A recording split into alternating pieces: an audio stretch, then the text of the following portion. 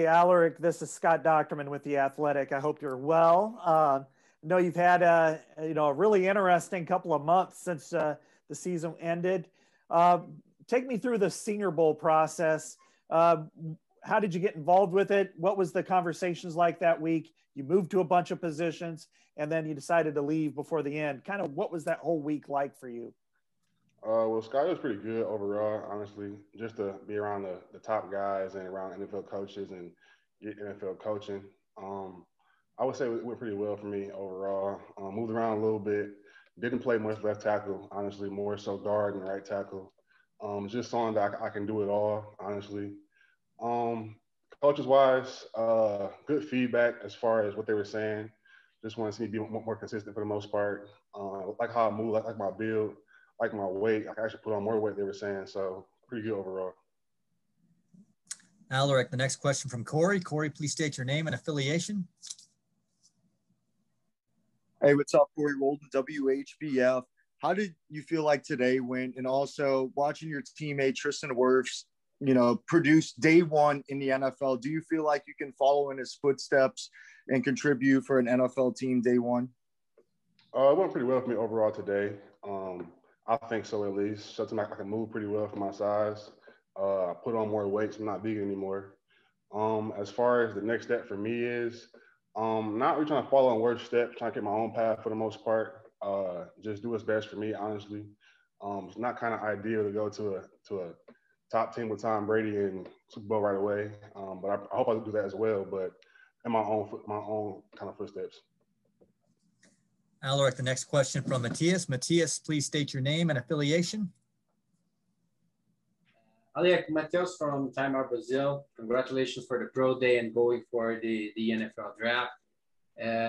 You talk about the Senior Bowl and all the guys that we talk about it, they say it was like a different week that learned a lot and with coaches and other players. What you can talk about the Senior Bowl and how that week maybe improve you for the NFL? The Senior Bowl was a good experience for me. I was just learning new things, honestly, from coaches, players, seeing how guys work, seeing how they react to adversity. Just a new thing for me as far as being around different coaches, different players, other than Iowa. Other than that, it was just kind of eye-opening for me, just to see all these people who are supposed to be the top guys and just like where I fit at and where I stand at, honestly. So I thought it was a pretty good experience for me. Thank you. Good luck. The next question from Scott Docterman of The Athletic. Yeah, look, as you mentioned, you were a four-year starter at left tackle. You go to the Senior Bowl, you're moving all over the place in different drills, and every single drill seems to be a referendum almost on whether he's good or he sucks type of thing. What did you come away with as far as moving to other positions? Do you feel like that's something you can do, for your first day in the NFL? And how long would it take you to acclimate yourself and say if you were a left guard or right tackle? I can't do it as far as moving other places around on the line. As far as I could do it day one, honestly. Training for it every day, you can't be a one-trick pony. So you got to be able to move around a little bit. Someone goes down, you got to be able to step up. So yeah, I'm positive I can do that 100% on day one. The next question from Dan. Dan, please state your name and affiliation. Hi, Dan Ralph of the Canadian Press in Toronto. Thank you, Alaric. I'm curious to find out how you have found this audition process. I mean, it's probably the longest job interview you're ever going to have. How do you stay mentally focused in it, and how do you not get too high and too low, depending on test results or what people say? Honestly, just God for the most part. It's always him. It's always been him. I'm never in my own head. I know whatever happens, it happens. Just move on. You can't change it. It's in the past. Do better next time, honestly. As far as the mental goes, work your whole life for this. Personally, not me, but you work for a long time just to be able to get here and just do certain things and go to the next level. So I mean, you can't get too low or get too high. You got to stay in that cool zone, 25-8. Great, thank you. The next question, Alaric, from Rachel. Rachel, please state your name and affiliation. Hi, Alaric, Rachel Halliwell from NFL Canada. You're one of 6 other Canadian or Canadian-born players preparing for this upcoming draft. What do your Canadian roots mean to you as you continue your journey to the NFL? That's where I started at, honestly. That's mean the most to me. It's really, I can't put it in words, honestly. It's just, I mean, I grew up there. I was born there, kind of back and forth. I miss it a lot, honestly. Just being here in the U.S. is a kind of different from Canada, obviously.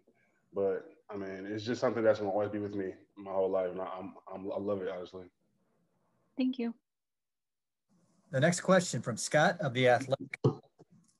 Yeah, Alaric, you cut quite a bit of weight, I thought, in the off season, and you went vegan to changed your diet. You tried to get a little quicker. It seemed to be the case. Have you now regained some of that weight? Are you still a vegan? Nope, Scott. I'm not vegan no more, and I did gain the weight back. I'm officially 320. Sorry. Okay. And how does that impact you in the way you play? I actually stopped being vegan before the Senior Bowl. I think it was a good idea personally, just going to get some of the top guys. But I felt like it helped me a lot, honestly. I got a lot of my strength back. I'm more fluid in my movements as well. I didn't miss a step. I think it went pretty well for me. Alaric, the next question from Dan Ralph of the Canadian Press.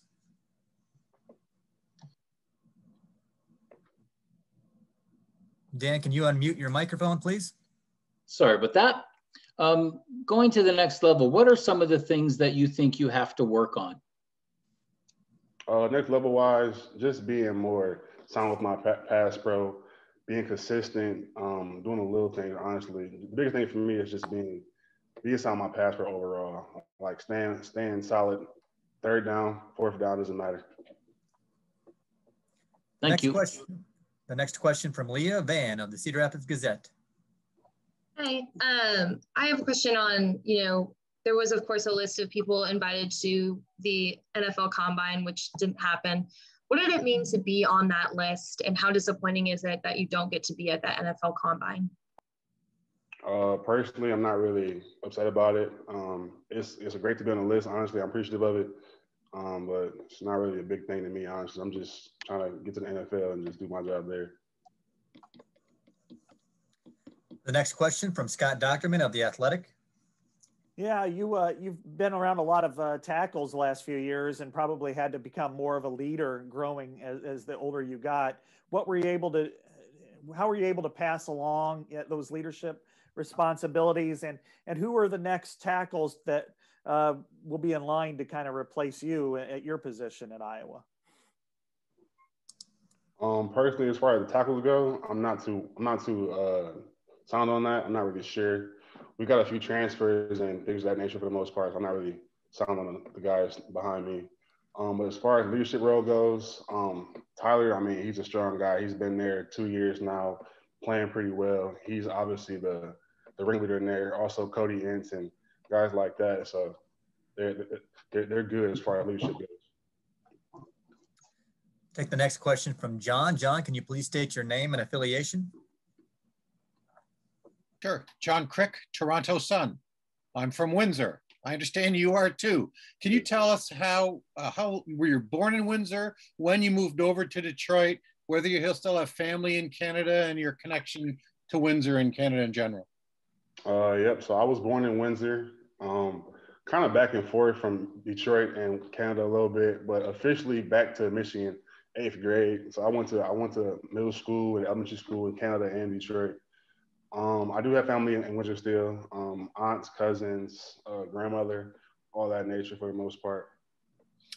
What schools did you go to in Windsor? And was it your mom or dad that moved you over to Detroit? Did you already have family on both sides of the border even then? It was my mom that moved to Detroit. My mom is from Canada. My dad's from Detroit. Schools wise, I went to Taylor Elementary, and I would have went to, I believe it was not Century, but Catholic Central, I believe. Yep. And just last question, did you start playing football in Canada and Canadian football rules, or was it always just in Detroit? I didn't play football until my junior year in high school, so 11th grade high school in Detroit. Thanks, Alaric. Thank you. Circle back to Scott Docterman of The Athletic.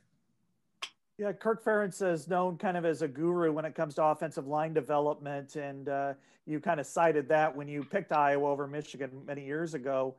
In what ways has he and his staff helped you develop into the offensive lineman you are today, and what have you taken away from this zone blocking scheme that will help you on the next level?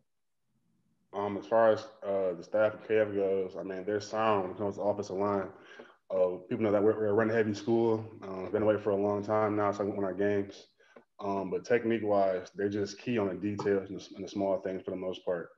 It's never about the bigger picture. It's about the small details. And as far as next level goes, I'm pretty prepared as far as it goes for when the NFL comes. They run the same kind of schemes as most NFL teams, same kind of zone footsteps. Everything's kind of the same thing, honestly. Just different cadence at this point. So has that kind of been an entryway to conversations with scouts and officials, just because, hey, you went to Iowa, tell me about Iowa, Kirk Ferentz? It's kind of is that an easy way to open those conversations? I wouldn't say it's an easy way, but when you need a lineman from Iowa, you're getting a good lineman, period. It's been that way for a long time now, and it won't change. Any further questions for Alaric Jackson? It doesn't appear so. Alaric, we are really appreciative of your time this afternoon, and we wish you nothing but the best of luck. Thank you. Have a good day. Yeah, same to you. Thanks. Thanks, man. Thank you. Other than that, a lot of coaches tell me that they like me, like my playing style, how I move, how I carry myself, my character. So, Daviyon, the next question from Scott Docterman. Yeah, Daviyon, this is Scott Docterman with The Athletic. How are you? I'm good. How are you? I'm good. This is the world's longest job interview that you're having to go through here.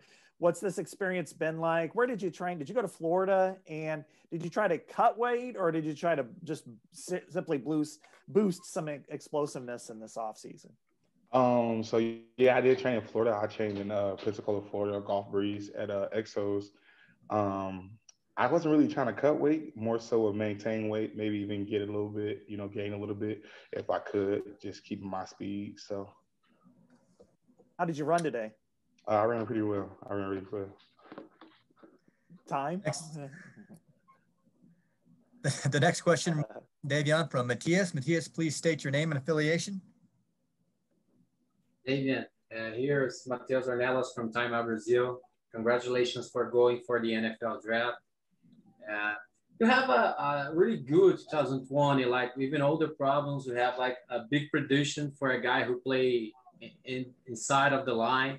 And how do you think that these numbers can pop for the NFL in a year like 2020 was? Yeah, I feel like 2020 season was really good for me, really big, especially for me in this organization. With the numbers that I have out there, just like in-game football-wise, I wasn't really like shooting for any numbers, just kind of playing just to win. And so like if I'm able to go out in the NFL next year and produce those same numbers, probably even bigger numbers, that'll be great for me. So. And just a quick follow-up. You have talked to some NFL teams or one or two teams that have more conversations during all this process? Not really. It's kind of been like all over the place with how many coaches and teams that I talk to and scouts and things like that. So it's not like one or two teams that talk to me more than the others. So. Thanks a lot. Good luck. Thank you. We'll take the next question, Daviyon, from Isaac Goffin. Isaac, please state your name and affiliation. And this is Isaac Goffin from the Daily Iowan. What does it mean for you to get to this moment after having a long career getting to Iowa? What does this mean to get to this moment now? It means a lot, honestly. Like I'm still like sweating and stuff like that, but it means a lot. It's such a great feeling to know that all the hard work you put in finally pays off for days like these. Even though this was another work day, this was like a payoff day as well. Going out there in front of those scouts and coaches and being able to showcase my talent and show everybody what I'm made of. So it definitely means a lot. Daviyon, the next question from Leah. Leah, please state your name and affiliation. Hi, Daviyon. I'm Leah. I'm from the Cedar Rapids Gazette. I noticed that you're from Kenosha, Wisconsin, which is where Jacob Blake was shot last summer. And I noticed that you had a couple of tweets when that happened. And recently the trial of Kyle Rittenhouse was postponed to November. I was just wondering, what it's like as a Black man to see this go plaster across national headlines about your hometown, and how you plan to use your NFL platform to kind of further the conversation. Every day, I pray to God and pray that every day that there's kids that go home to see their families and parents and things like that, Black, white, or indifferent. It's much more to me than just race. It's not just about, the Black people being shot every day in Kenosha. It's about everybody getting shot everywhere. And, truly just, being able to make a difference here, being able to make a difference back at home in Wisconsin or even in Illinois, where I'm originally from. Me with my NFL platform, it's like the same thing with LeBron James. He always puts out something to let people know where he stands. And basically what I'm doing is right now I'm just pretty much focused on me. And then further down the line, like you said, in the NFL, if I have those chance to, step out and say something, then of course I am. It's just me trying to be the best me, as well as help out the community as much as I can. And so I hope that answered your question if I could. Daviyon, the next question from Scott Docterman of The Athletic. Yeah, Daviyon, I'm sure that there have been a lot of questions asked about you from different team reps. It's been everything from junior college to what's happened at Iowa to 1 year you turned into a superstar. How have those conversations gone for you, and how many of them are probing to the point of being uncomfortable at times?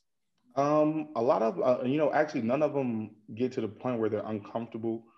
This is a business. And so, you got to ask certain questions, and if you want certain results and certain answers. So none of the questions I get are uncomfortable for me.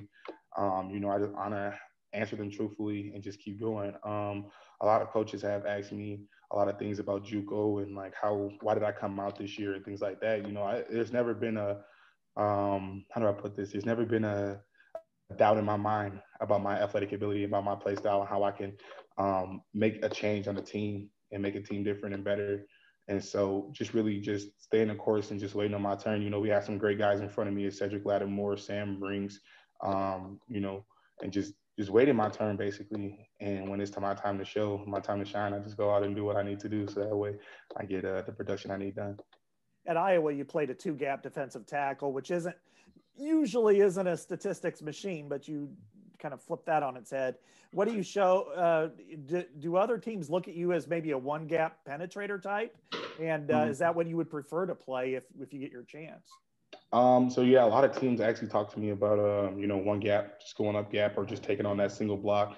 A lot of teams ask me about 2 gap and things like that. Me, I'm more comfortable with either or. I've been doing both of them now, so I can play those 2 gaps, or I can play that 1 gap and shoot up the gap if need be. I have the speed and the strength for it. So right now I'm just waiting to see what team deems me necessary to fit into their scheme. So.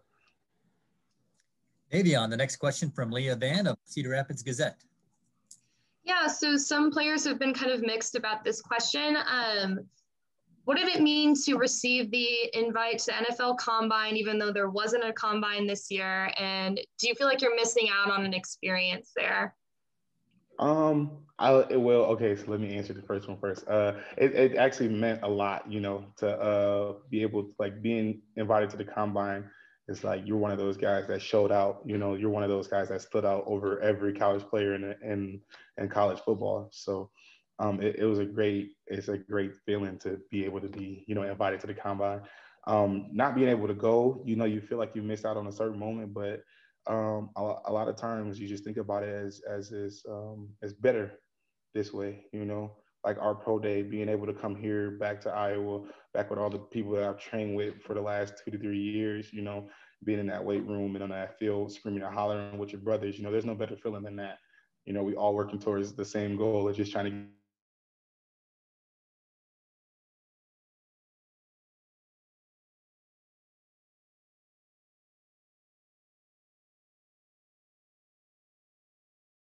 get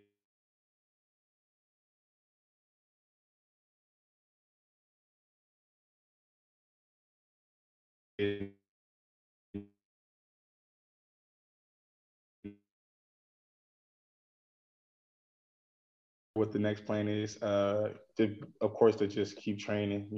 I'm not sure where I'll be at yet, but so yeah. Well, I know today the NFL opened up the draft to return kind of to what it once was a million years ago, or 2 years ago. What are you? If you get the invite to Cleveland, will you go? Probably. I'm not too sure yet. Because of COVID and things like that. I'll probably have to talk to my agent and my family about that and see what they say. So, how many conversations have you had roughly with, and how many teams roughly, I guess, since the last couple months? You lose count, honestly. Yeah. I've lost count. There's so many. There's only 32 teams, but there's so many people that want to contact you and talk to you from every team, and so you kind of lose count of who or what all teams have contacted you so far. So, Daviyon, the next question from Leah of the Cedar Rapids Gazette. Just out of curiosity, I'm gonna bounce off Scott's question. Are there any teams that you always dreamt about playing for? I grew up in Illinois, in Lake County, Illinois. So I've always been a Chicago Bears fan. Growing up there, you always want to play for your hometown. And growing up in Illinois, it's like a dream, to play for the Chicago Bears. But if not, then whatever team deems me necessary. Like I said before, I'm more than willing to play for any team in the league. So. Daviyon, the next question from Steve Batterson of the Quad City Times. Have you had a chance to kind of kick back a little bit and think about where you have been over this past year? What do you appreciate most about the journey?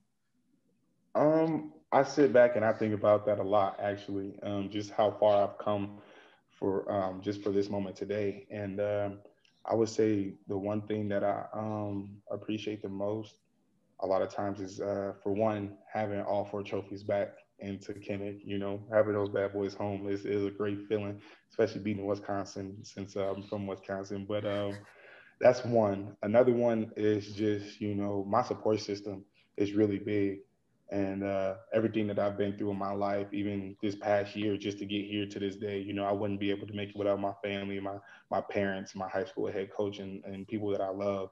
And so, I really thank my support system. And I think about this a lot. Like I said, I think back on, who all driven me to be the person I am today. And so, that's a lot of things that I like. The main things that I think about and appreciate the most is definitely my support staff and, just getting those trophies back here. So. Thanks. Daviyon, the next question from Scott. Yeah, Daviyon, you guys went through probably more scrutiny and adversity than any other program in the country, based on what you had to deal with in June and July. The Big Ten, will they play, won't they play, blah, blah, blah. And then actually playing, and then having your the season end come out before you're ready to.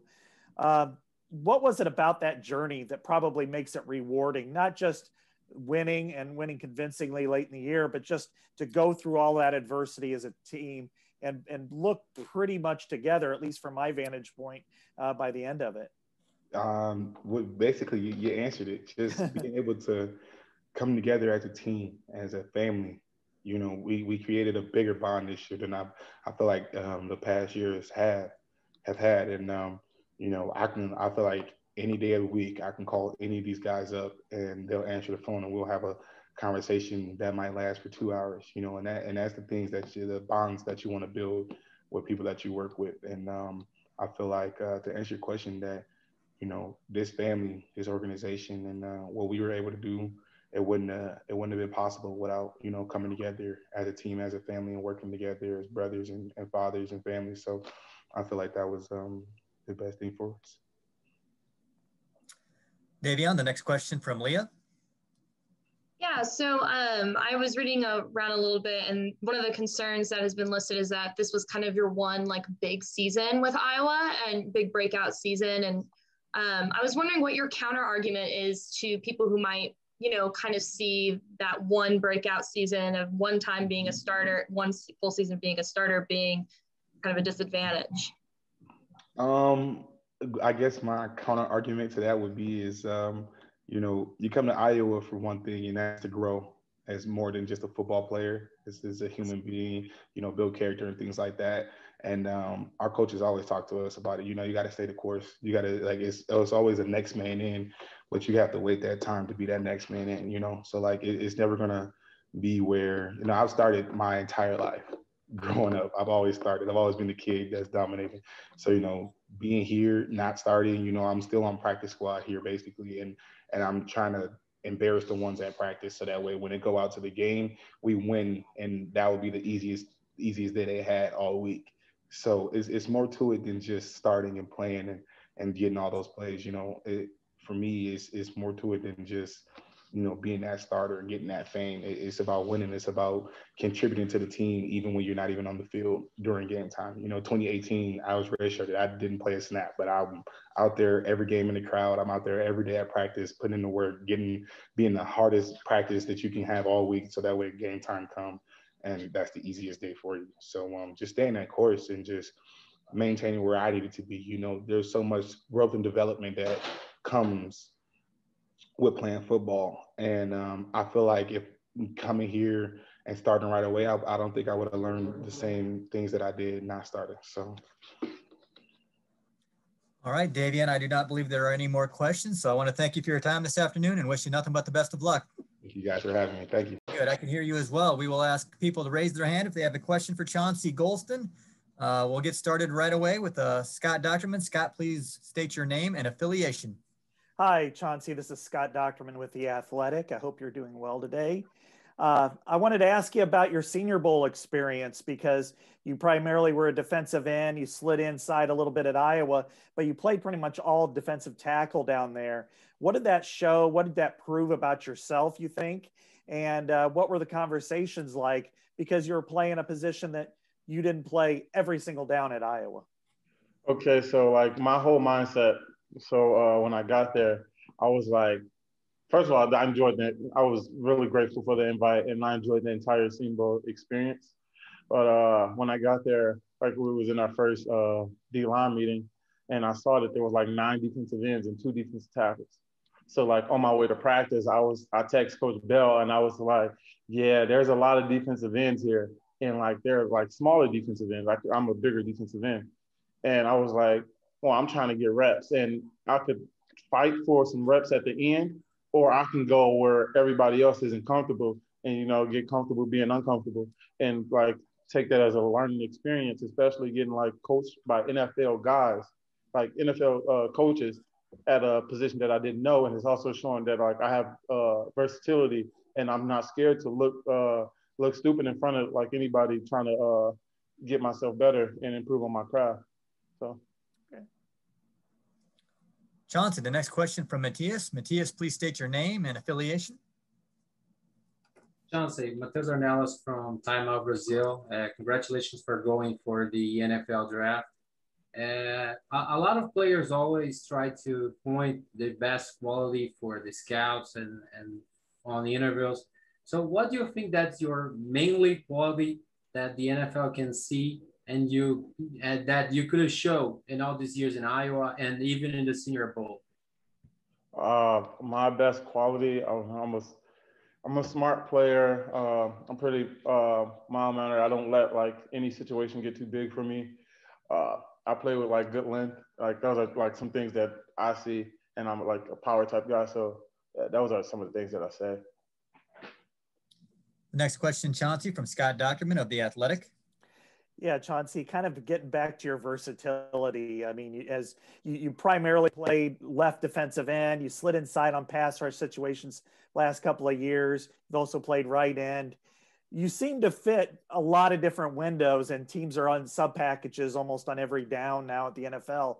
In what ways do you think that versatility will help you not only get drafted, but to stick with a team and then, of course, you know, see action on the field?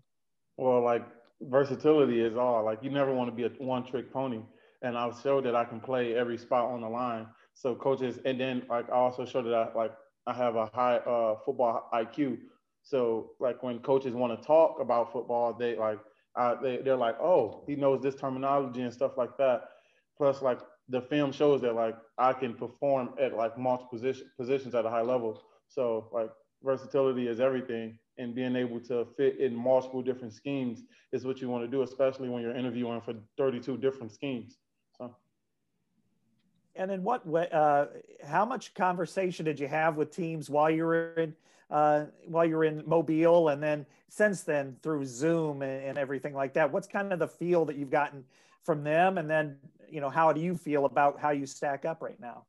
So like when we were down there in Mobile, I talked to just about every team, but the Rams they weren't there. But I talked to every team, and like I had really good conversations, and even like past the Senior Bowl, leading up to now, I've had really good conversations with everyone, and I'm just enjoying the process, showing people that like I really know football.